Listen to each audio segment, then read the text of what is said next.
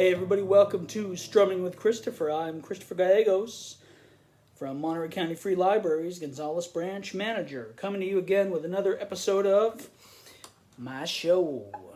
The last two episodes we've spoken about bar chords. Oof.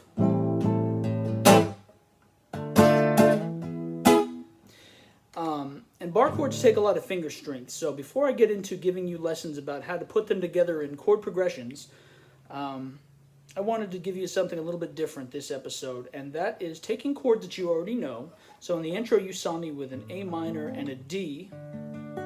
Taking chords that you already know and learning how to play them with finger picking.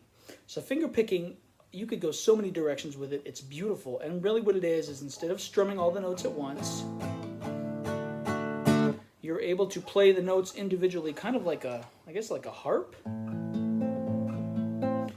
And it allows you to really breathe some life into some basic chord shapes. So I want to give you some examples that will allow you to get comfortable with a very basic pattern of finger picking that you can experiment with. So I want you to remember these two chords that we've already learned, an A minor and a D major, okay? And these will be the chord shapes we'll use for this demonstration. So an A minor, remember, is a index finger on the first fret of the B string. Okay, ring finger on the second fret on the G string, and middle finger on the second fret on the D string. So that basic shape has an A string as a bass note. So with finger picking, you're generally going to have your thumb playing the A string and the low E string, because those strings are kind of, I guess you'd call them bass notes, because they're thicker strings. They have a little bit more of a low end to them. Occasionally your thumb will be playing the D string too, because that's a little bassy, but this is just an intro. So I'm going to go ahead and fret an A minor chord first. And what I want you to do with this A minor chord, once you have that left hand shape going, I'm going to show you what I'm doing here. So you have your thumb playing this A bass note, and your fingers are going to rest on the strings below that. So your index finger would be resting on the D string, your middle finger would be resting on the G string, and your ring finger would be resting on the B string. And you have this little kind of shape with your right hand. And what you do, and I'll do it very, very slow, to learn this basic pattern, you're going to move your thumb down on the A string.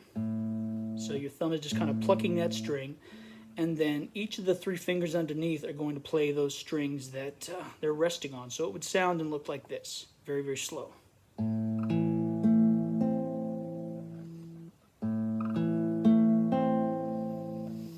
Sped up.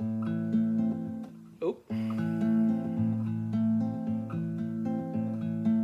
You see how my fingers are moving kind of like a harp, or like the hammers on a piano, and I'm still playing that A minor chord. I still have that fretted up there, but my fingers are playing this very, very simple pattern where my thumb is playing down bass note, and then the fingers underneath are kind of moving up, if you see that. So the thumb is usually going down, and the other fingers are kind of pulling up, so like this.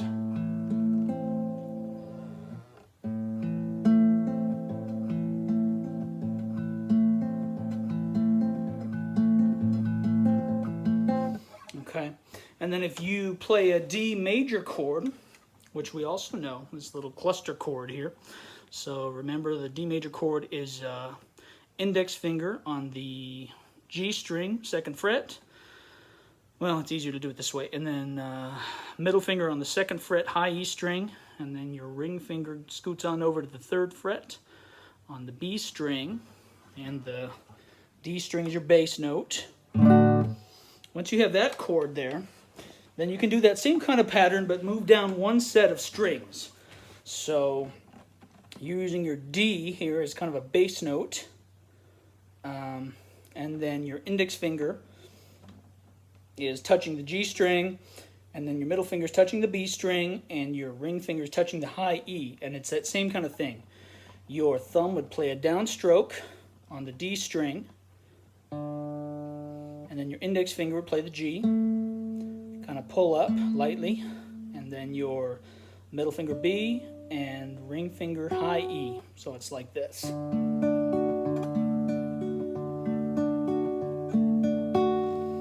Okay, so watch what it sounds like and listen when I switch from an A minor chord to a D. Now remember, with the A minor chord, my thumb is going to kind of be, the home base will be the A string, and then once I switch my left hand to the D chord, I'll move down to the D. So watch very closely and listen to how it sounds.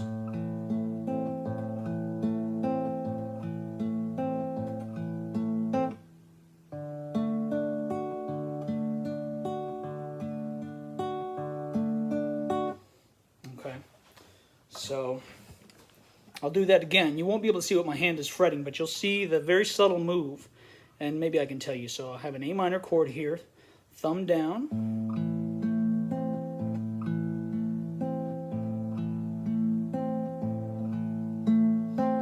down to fret a D chord,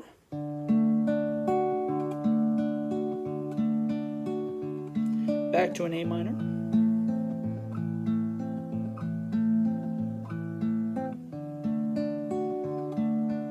so it's very, very subtle.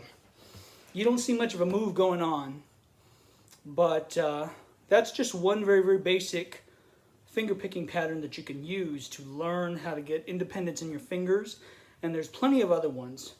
That's very, very, very basic. I'll show you one more with a chord we already know, the E minor chord. So the E minor chord, this is going to be a little bit different. The E minor chord, remember, is the index finger on the 2nd fret on the A string, middle finger, 2nd fret of the D string, right? Very, very easy chord, and you can play all 6 strings. And in this example, I want to show you something else you can do where you're playing the low E as a bass note, and then your 3 fingers, index, middle, and ring, are on the bottom 3 strings. So there's kind of a skip here, and you're playing open bass note, 1, 2, 3.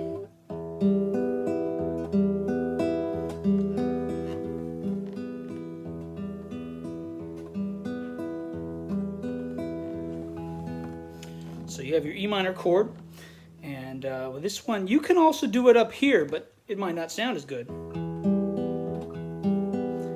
Sometimes you find that you have to just play different arrangements, but you can mess around, you know. With the A minor, you can also do those bottom ones.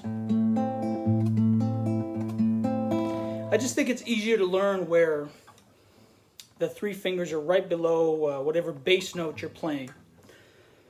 So it's a very, very deep concept, but you have a couple things you can try with an A minor and a D major and an E minor chord, and you can kind of get that independence in your right hand, because finger picking is really all about the right hand and having that kind of looseness to where your fingers can move individually.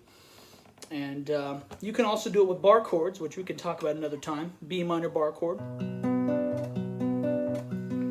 D major.